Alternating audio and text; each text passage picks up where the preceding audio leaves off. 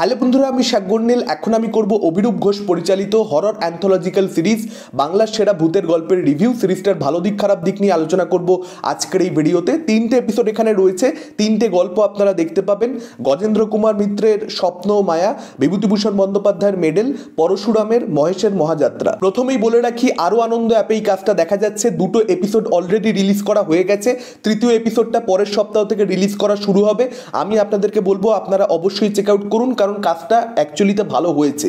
এবার 3টে গল্পের মধ্যে কোনো কানেকশন আছে কি নেই সেটা আপনারা জানতে চাইবেন। 3টে গল্প আলাদা, বুঝতেই পারছেন। স্ট্যান্ডঅ্যালোনও আপনারা চাইলে দেখতে পারেন, কিন্তু ডিরেক্টর অভিরূপ ঘোষ একই ইউনিভার্সের পার্ট করে দিয়েছেন। কিছু কমন লিঙ্কস রেখেছেন 3টে এপিসোডের মধ্যেই, যে কারণে বলা যেতে পারে যে হ্যাঁ, হালকা করে কানেকশন রয়েছে, কিন্তু আলাদা আলাদা করে আলাদা আলাদা সময়েও কিন্তু চাইলে দেখতে পারেন। আমি নিজেই কিন্তু পরপর 3টে এপিসোড দেখিনি। যেমন জিনা তরফদারের ক্যারেক্টারটা কমন, তাকে কিন্তু আপনারা 3টে এপিসোডের মধ্যেই দেখতে পাবেন।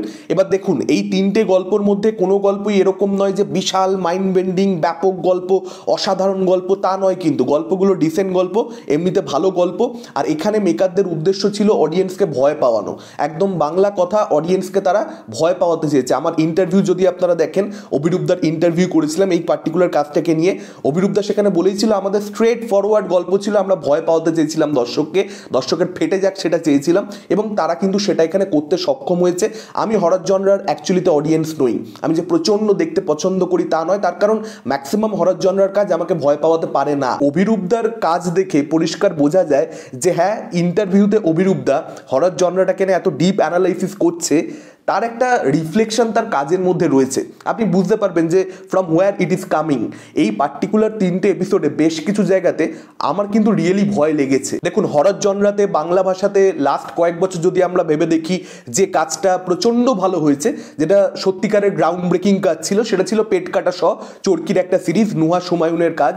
সেই পার্টিকুলার সিরিজটাতে আমরা বিভিন্ন গল্পের মধ্যে বিভিন্ন ধরনের মেসেজিং লেয়ারের মধ্যে দেখতে পেয়েছিলাম। এখানে কিন্তু সেরকম কোনো কিছু নয়, সেরকম কোনো কিছু এক্সপেক্ট করবেন না। কিন্তু একদম স্ট্রেট ফরওয়ার্ড হরর জনরার কাজ, যেখানে মেসেজ দেওয়া নয় বরং অডিয়েন্সকে ভয় পাওয়ানোটা, রিয়েলি ভয় পাওয়ানোটা ডিরেক্টর এখানে উদ্দেশ্য ছিল, এবং আমার মনে হয় সে কিন্তু সফল হবে। ম্যাক্সিমাম অডিয়েন্স কিন্তু এই কাজটা দেখতে দেখতে 3টে এপিসোডের মধ্যে বিভিন্ন জায়গায় রয়েছে যেখানে কিন্তু সত্যিকারের ভয় পায়। আমার যেটা সবচেয়ে বেশি কমপ্লিট গল্প মনে হয়েছে সেটা হচ্ছে অনির্বাণ চক্রবর্তীর এপিসোডটা। বাকি দুটো গল্পও বেশ ভালো, কিন্তু আমার অনির্বাণ চক্রবর্তীর গল্পটা পার্টিকুলারলি সবচেয়ে বেশি কমপ্লিট মনে হয়েছে। যেটা এখানে অভিরূপদা খুবই ভালো করেছেন। তিনি না বেশি ভূত দেখানোতে যাননি, যে ভূত দেখাবো, ভূত উল্টোপাল্টা অ্যাক্টিভিটিস করবে এবং সেটার মাধ্যমে ভয় পাওয়ানো, সেই ব্যাপারটার উপরে তিনি বেশি রিলাই করেননি। রাদার তিনি চেষ্টা করেছেন একটা হরিফিক অ্যাটমসফিয়ার তৈরি করবার, এমন একটা গা ছমছমে পরিস্থিতি তৈরি করবার থ্রু টেকনিক্যালিটিস, যে সেটা অডিয়েন্সকে ভয় পাওয়াবে। ভূত হয়তো আমরা দেখছি না, কিন্তু একটা ক্যারেক্টার সে ভয় পাচ্ছে, সে ফিল করছে যে আশেপাশে কোনো একটা স্পিরিট রয়েছে যেটা হয়তো আমার ক্ষতি করতে চাইছে। এবার সেই ক্যারেক্টারটা ভয় পাওয়াটা দেখে কোথাও একটা আমরাও ভয় পেয়ে যাচ্ছি। একটা পার্টিকুলার সিকোয়েন্স রয়েছে, কোন এপিসোডের মধ্যে আমি সেটা বলছি না, একটা ক্যারেক্টার নিজের কাজ ছেড়ে বাড়ি ফিরছে রাতের বেলা কলকাতার ছোটো ছোটো গলি দিয়ে।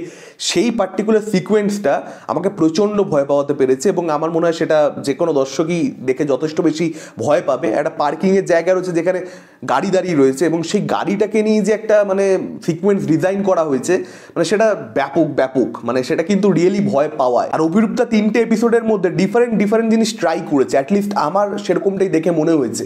মানে একটা এপিসোডে হয়তো আপনারা দেখতে পাবেন যেখানে ভূতটাকে দেখাচ্ছে না, অনেকক্ষণ হোল্ড করে রেখে দিচ্ছে, এবং একদম লাস্টে গিয়ে হয়তো ভূতটাকে রিভিল করছে। আবার কিছু এপিসোডে হয়তো ভূতটাকে অনেক আগে রিভিল করে দিচ্ছে, ভূতটাকে দেখাচ্ছে এবং ভূতটাকে ভূতের মতো করে দেখাচ্ছে না, একটা সাধারণ মানুষকেই হয়তো দেখাচ্ছে, একটা বয়স্ক লোক, এবং মানে সে প্রচণ্ড বয়স্ক, রুগ্ন দশা, সে মারা গেছে বা সে ভূত হয়েছে। এটা স্পয়লার নয়, মানে এটা আপনারা একদম শুরুতেই দেখে নেবেন। এবং সেই ভয়ঙ্কর মানে অদ্ভুত দেখায় সেই লোকটাকে, এবং তার যেরকম মেকআপ, মানে একটা খুব সাধারণ জিনিসও প্রচণ্ড ভয়ঙ্কর হয়ে উঠতে পারে যদি ডিরেক্টর সেটাকে প্রেজেন্ট করতে যান। আর এই যে ডিফারেন্ট জিনিস ট্রাই করার ব্যাপারটা বলছি, এখানে যদি আপনারা প্রত্যেকটা এপিসোডের ক্যারেক্টারগুলোকে দেখেন, তার মধ্যেও কিন্তু ডিফারেন্স রয়েছে। হয়তো একটা ক্যারেক্টার আপনি দেখবেন যে একেবারেই পেছন পাকা নয়, মানে যার সাহস রয়েছে কিন্তু সে পেছন পাকা নয়। মানে আমরা ম্যাক্সিমাম ভূতের গল্পে কি দেখি, একটা ক্যারেক্টার পেছন পাকা, মানে পেছন পাকামি করছে বলে মানে পুরো জিনিসটার কি তৈরি, পুরো গল্পটা দাঁড়িয়ে রয়েছে একটা ক্যারেক্টারের পেছন পাকামির উপরে। তো এখানে সেরকম ক্যারেক্টার নেই। আবার কিছু ক্যারেক্টার এরকম রয়েছে যে ক্যারেক্টারটা হয়তো একটু তার থিঙ্কিংটা লার্জার দ্যান লাইফ। এখানে কিঞ্জল নন্দর যে ক্যারেক্টারটা, সেটা লার্জার দ্যান লাইফ ভাবে ভাবে, মানে সে ভূতে বিশ্বাস করে না।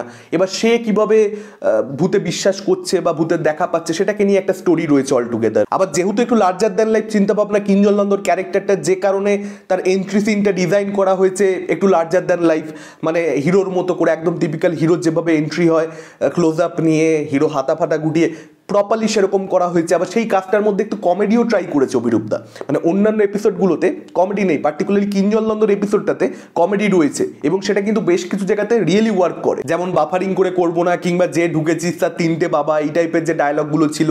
একটা জায়গা তো স্পেশালি যেখানে মরা নিয়ে যাচ্ছে কিছু লোক, এবার যারা কাঁধে করে মরাটা নিয়ে যাচ্ছে তারা বলছে হ্যাঁ সালা কি ভারী ঢ্যামনা লোক। তো এই জায়গাগুলো কিন্তু রিয়েলি ওয়ার্ক করেছে কমেডিটা আমার জন্য।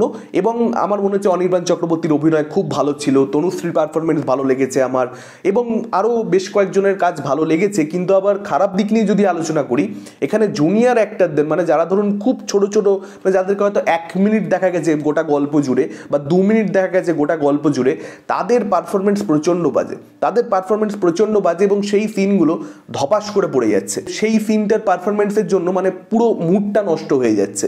তো সেটা একটা প্রবলেম হয়েছে এখানে। কিঞ্জল নন্দর কথা আমি বলবো, সে খুবই ভালো একজন অভিনেতা, কিন্তু আমার মনে হয়েছে যে তার ক্যারেক্টারটা ন্যাস্টি। এবার অভিনেতা অ্যাকচুয়ালি খুব শিক্ষিত একজন শিল্পী, যে ন্যাস্টি হয়ে ওঠার চেষ্টা করছে, মানে সে প্রচণ্ড চেষ্টা করেছে ন্যাস্টি হওয়ার, কিন্তু আফটার অল তার সেই ন্যাস্টি হওয়াটা মানে কোথাও একটা অভিনয় থেকে গেছে, দেখে বোঝা যাচ্ছে এটা অভিনয়। আর কিঞ্জল নন্দর এপিসোডটাতে আমার মনে হয়েছে যে অভিরূপদা ব্যাকগ্রাউন্ড মিউজিকের উপরে প্রচণ্ড বেশি রিলাই করেছে, মানে পুরো যে ভয় পাওয়ার ব্যাপারটা সেটা যেন ব্যাকগ্রাউন্ড মিউজিকের উপরে ডিপেন্ডেন্ট, মানে সিনস দেখে ভয় পাওয়ার ব্যাপারটা অতটা তৈরি হচ্ছে না। কিঞ্জল নন্দর এপিসোডটাতে আমি সবচেয়ে কম ভয় পেয়েছি, তার কারণ মানে ওই প্রচণ্ড লাউড ব্যাকগ্রাউন্ড মিউজিক সেটা আমার জন্য ঠিক ওয়ার্ক করেনি। আর কিঞ্জল নন্দর এপিসোডটা বেসিক্যালি সাইকোলজিক্যাল হরর, তো আমার মনে হয় যে সেই এপিসোডটাতে আরেকটু এডিটিং নিয়ে যদি খেলা যেত, সেক্ষেত্রে ওর মাইন্ড স্পেসটা কতটা ডিস্টার্বিং বা ও যে হ্যালুসিনেট করছে সেটার জন্য কতটা মানে চ্যালেঞ্জ ফেস করছে, মেন্টালি কতটা ট্রমার মধ্যে দিয়ে যাচ্ছে, সেটা আরও বেশি দর্শক হিসেবে অনুভব করতে পারতাম। আমাদের এখানে হরর জনরাতে ভালো কাজ একেবারেই হয় না, সেখানে অভিরূপদার এটা একটা ভালো কাজ এবং এই কাজগুলোকে আপনারা সাপোর্ট করবেন। সেক্ষেত্রে এই জনরাগুলো আনট্যাপ থেকে যাচ্ছে বাংলা ফিল্ম ইন্ডাস্ট্রিতে, এই জনরাগুলো নিয়ে আরও কাজ হবে বা অভিরূপদার মতন গুণী ডিরেক্টররা আরও বেশি করে ডিফারেন্ট জিনিসপত্র ট্রাই করতে পারবেন বাঙালি অডিয়েন্সের জন্য, ইয়ং অডিয়েন্সের জন্য। এই জনরাগুলো তো বেসিক্যালি ইয়ং অডিয়েন্সের উপরে প্রচণ্ড পরিমাণে নির্ভরশীল, ইয়ং অডিয়েন্স দূরে সরে যাচ্ছে বাংলা ফিল্ম ইন্ডাস্ট্রি থেকে, কারণ এই জনরাগুলো বিভিন্ন জনরা, শুধুমাত্র তো হরর জনরা নয়, ট্রাই কেউ করছে না, সেটা হওয়াটা দরকার প্রচণ্ড পরিমাণে। আপনারা দেখবেন তবেই সেটা সম্ভব। ফ্রিতে দেখা যাচ্ছে আরও আনন্দ অ্যাপে, আপনারা দেখুন, আমার বিশ্বাস আপনাদের ভালো লাগবে। এটা ছিল আজকের ওভারঅল ভিডিও। আপনাদের কি মতামত ডেফিনেটলি আপনারা সেটা কমেন্ট করে জানাতে পারেন। ভিডিওটা ভালো লাগলে লাইক করতে পারেন, শেয়ার করতে পারেন। আমাদের চ্যানেল নতুন হলে চ্যানেলটাকে অবশ্যই সাবস্ক্রাইব করতে পারেন। আজকের মতন টাটা, চলুন পরবর্তী ভিডিওতে।